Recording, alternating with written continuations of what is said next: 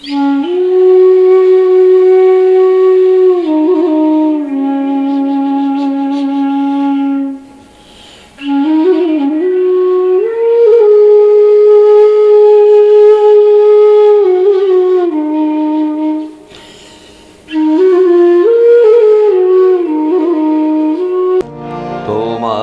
তরে যায় যদি যাগ না জীবন চলে,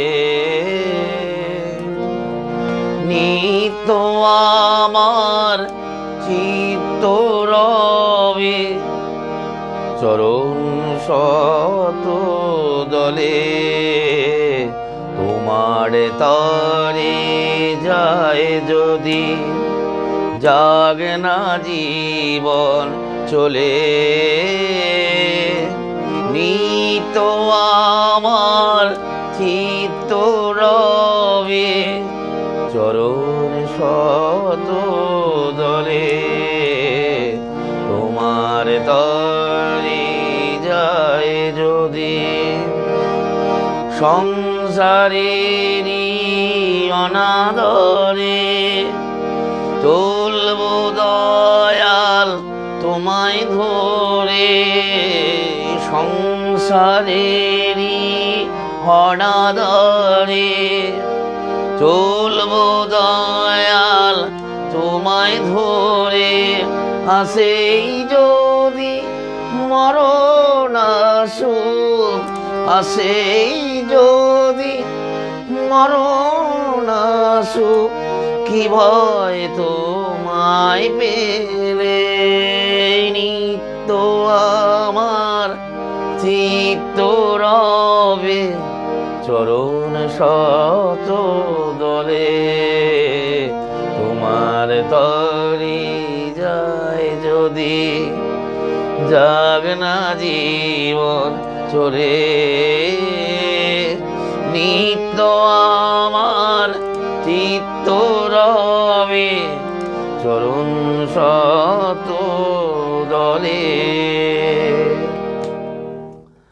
বড়দের শ্রদ্ধা প্রণাম, ছোটদের স্নেহ ভালোবাসা জানাই।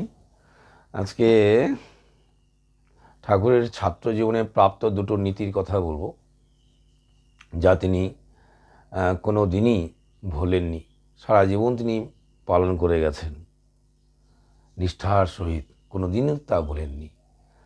তো এই দুটো নীতি কি, যেটা আমাদেরও খুব পালন করা কর্তব্য, যা করলে আমরা বড় হয়ে উঠি, মানুষের মতো মানুষ হয়ে উঠি।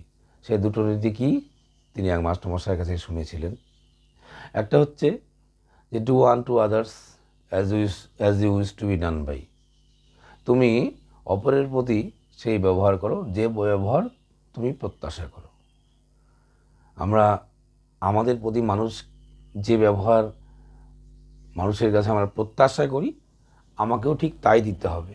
অর্থাৎ আমরা সবাই ভালোবাসা চাই, সম্মান চাই, ঠিক আমিও কিন্তু অন্যকে আমারও সেই সম্মান ভালোবাসা দিতে হবে। কাউকে সম্মান না দিলে আমি কিন্তু সম্মানের অধিকারী হব না বা পাবো না। কাউকে ভালোবাসা না দিলে আমি ভালোবাসার অধিকারী হব না বা আমিও ভালোবাসা কিন্তু পাবো না, এটাই স্বাভাবিক। তো সারা জীবন তিনি তা করেই গেছেন। তিনি মানুষকে ভালোবেসে গেছেন, মানুষকে সম্মান দিয়ে গেছেন। একটি শিশুও তার কাছে কিন্তু উপেক্ষিত হয়নি। আরেকটি নীতি কি, তিনি বললেন যে প্রত্যেকটি জীবেরই সে একটি পোকা পর্যন্ত তারও জীবন আছে। তো তারও যেন কোনো ক্ষতি না হয়, সেও আমার মতোই, সেটা এই নীতিটাও তিনি সারা জীবন পালন করেছেন, যা কোনো দিন তিনি ভোলেননি। কারো তিনি কোনো ক্ষতির কারণ হয়ে ওঠেননি। আমরা যেন সেই কারো ক্ষতির কারণ না হয়ে উঠি। কারো হয়তো আমরা তেমনতর সেবায় না লাগতে পারি, কোনো উপকারে না লাগতে পারি। যদি সেটা নাও হয়ে থাকে, অন্তত যেন কারো ক্ষতির কারণ না হয়। ঠাকুর পরবর্তীকালে সত্যানুসরণে বাণী দিয়েছেন যে কারো ক্ষতির কারণ হয় না বা কারো দুঃখের কারণ হয় না, কেউ তোমার দুঃখের কারণ হবে। Be not the cause of another's grief, none will be cause of your grief. কারো দুঃখের কারণ হবে না, কেউ তোমার দুঃখের কারণ হবে না। আসলে আমরা অনেক সময় এগুলো জীবনে চলতে গিয়ে ঠিকমতো বুঝে উঠতে পারি না যে আমার কী করণীয়। আমরা সবার কাছে কিন্তু ভালো ব্যবহার করতে আশা করি, আমাকে সম্মান দিক, আমাকে আদর করুক। বাস্তবের ক্ষেত্রে যখন চলতে গিয়ে আমরা কতটুকু সেই সম্মান বা আদর বা ভালোবাসা মানুষকে দিচ্ছি, সেটা কিন্তু খুব লক্ষণীয়।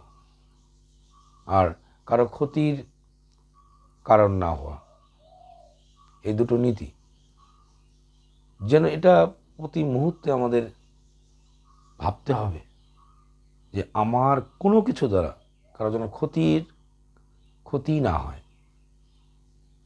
ভীষণ বিচক্ষণভাবে চলা উচিত। কী প্রসঙ্গে ঠাকুর এই কথাটা বলেছেন যে তার ছাত্র জীবনে দুটো নীতি কোনোদিন ভোলেননি, সবগুলো তো ঠাকুর ওই কথা প্রসঙ্গে আলোচনা করতে গিয়ে গল্প করতেই তার মুখ দিয়ে বেরিয়েছে। তো কোথায় পাওয়া গেল সেটা আমি একটু বই থেকে পাঠ করে শোনাচ্ছি। আলোচনা প্রসঙ্গের সপ্তদশ খণ্ডের 285 পাতায় হরিদাস সিংহদা, একজন ইষ্টভ্রাতা, তিনি ঠাকুরকে বললেন, বুদ্ধদেবের কাছে এসে কারো 7 দিন, কারো বা 14 দিনে, আবার কারো একদিনে অর্হত্ব লাভ হতো, তার কারণ কি? মানে এই যে একজনের এক সময় লেগেছে, এক রকম সময় লেগেছে, সেটার কারণ কি? শ্রী ঠাকুর বললেন, সাধারণত সময় লাগে, তবে খুব সম্বেগ থাকলে অল্প সময়েও হয়। সম্বেগ মানে টান। ছাত্র জীবনের দুটো কথা আমার মাথায় খুব ঢুকে গিয়েছিল। তার একটা হলো, নিজে যেমন পছন্দ করি অন্যের প্রতিও তেমন তোর ব্যবহার করা উচিত। আর একটা কথা হলো, একটা পোকাও ভগবানের সৃষ্টি, আমার জীবনের যেমন দাম ওরও তেমনি। তাই কারো যেন ক্ষতির কারণ না হই, আমি আজও তা ভুলে যাইনি। কথা দুটো আমার মনের মধ্যে গেঁথে আছে এবং আমার প্রতি মুহূর্তের চলনা সেই স্মৃতির দ্বারা নিয়ন্ত্রিত হয়। ওইভাবে মনকে অধিকার যদি করে তাহলে তাড়াতাড়ি হয় এবং ভুল হয় কম। অর্থাৎ আমরা যা নীতি, যা আদর্শগুলো শুনি, নিয়মগুলো শুনি, জীবনে যা যা করণীয়, প্রতি মুহূর্তে যেন সেগুলো আমার স্মৃতিতে থাকে এবং সেইভাবে যদি আমরা চলি তাহলে আমাদের সাফল্য কিন্তু অনিবার্য এবং সেটা অনেক কম সময়ে আমরা সাফল্যের শিখরে পৌঁছতে পারি। প্রতি মুহূর্তের প্রত্যেকটা সময় আমরা যা চলছি সমাজে, পরিবেশে, স্কুল, কলেজ, ইউনিভার্সিটি, আমার কর্মক্ষেত্র, সব জায়গায় ঠাকুরের যে কথাগুলো যেন আমার মাথায় গেঁথে থাকে এবং মুহূর্ত যখন আসে, সময় যখন আসে, তখন যেন সেই রকমই ঠিক আমরা আমাদের ব্যবহার করতে পারি, আমাদের ব্যবহারগুলো, আমাদের চালচলনগুলো সেইভাবে নিয়ন্ত্রিত করতে পারি। আমাদের আচার্যদেব বলেছেন না যে কোন একটা অবস্থার সম্মুখীন হলে আমাকে ভাবতে হবে ঠিক ঠাকুর এখানে কি করতেন, ঠাকুর হলে এখানে কি করতেন, সেটা ভেবে সেই অনুযায়ী অ্যাক্ট করা দরকার, সেই অনুযায়ী আমার কর্মটা করা দরকার। আমার সাথে কেউ খারাপ ব্যবহার করলো, সেক্ষেত্রে ঠাকুর কী করতে বলেছে, আমিও কি ঠিক তার সাথেও খারাপ ব্যবহার করব না? ঠাকুর যেরকমটি ব্যবহার করেছেন সেরকম ব্যবহারটি করব, বা ঠাকুর কী করতে বলেছেন এটা আমাদের জানা দরকার, সেই অনুযায়ী সেটা করতে হবে। আমি আমার নিজের খেয়াল মতো কিন্তু আমার জীবনটাকে পরিচালিত করলে আমরা কিন্তু সত্যিকারের মানুষ, অর্থাৎ দেব মানুষ, যা ঠাকুরের চাওয়া।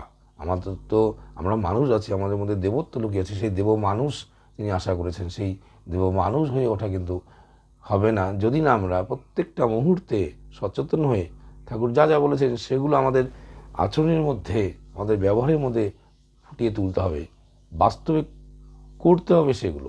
আমরা থিওরি অনেক কিছু জানি, এটা করণীয় সেটা করণীয় ঠাকুরের নীতিগুলো, কিন্তু করার সময়, বাস্তবে যখন আমরা চলি, করার সময় কিন্তু সেগুলো ভুলে থাকি। আমি আমার যে রকম সেটাই সেখানে প্রয়োগ করি। সেক্ষেত্রে কিন্তু খুব সচেতন হতে হবে। ঠাকুর যা বলেছেন, ঠাকুর যেভাবে চলতে বলেছেন সেভাবে আমাকে চলতে হবে। তাহলে আজ এই পর্যন্তই। সবাই ভালো থাকবেন, ঠাকুর কাছে এই প্রার্থনা করছি। জয় গুরু।